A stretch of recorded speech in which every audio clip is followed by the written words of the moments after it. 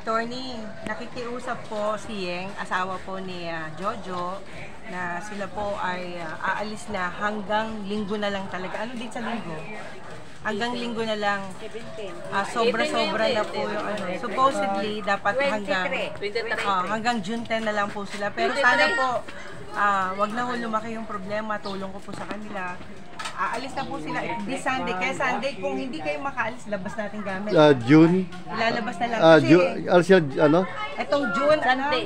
23. June 23. Basta linggo yun. Basta umaga na. June 23 o July? Basta yung ano yung July. July 23. July 23 po, attorney. Wala. Ako po, nagsusumamo po ako sa inyo na tulungan na lang po natin. Aalis po sila July 23. At ito naman yung problema po ng bahay, yung kuryente at tubig na lang. Pero kung hindi makabayad po sila within today ng kanilang kuryente at tubig, talagang kailangan lahat po sila umalis na. Ganun lang po yun. Kasi wala akong wala akong pagkukulang sa kanila. Tinulungan ko na nga. Kasi actually, pinaupahan ko ito. Wala akong ilaw at tubig. Dahil pandemic po noon hindi po naging maayos yung mga Ito po yung hindi po negosyo.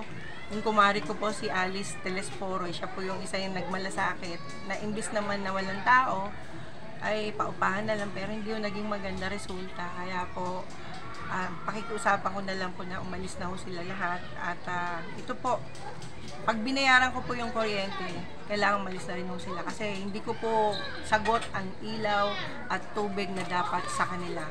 Ngayon, ang kakulangan ng kanilang bayad sa ilaw at tubig, kailangan po ay bayaran nila.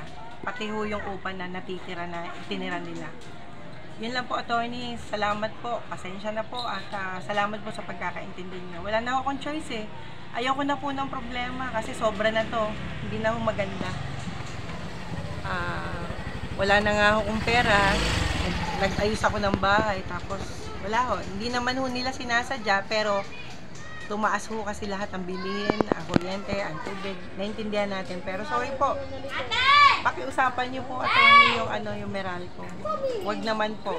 Gagawa po ako ng paraan within today pero sisikapin ko po. Alis na po sila, padlock ko lahat ng bahay dito. Salamat po attorney.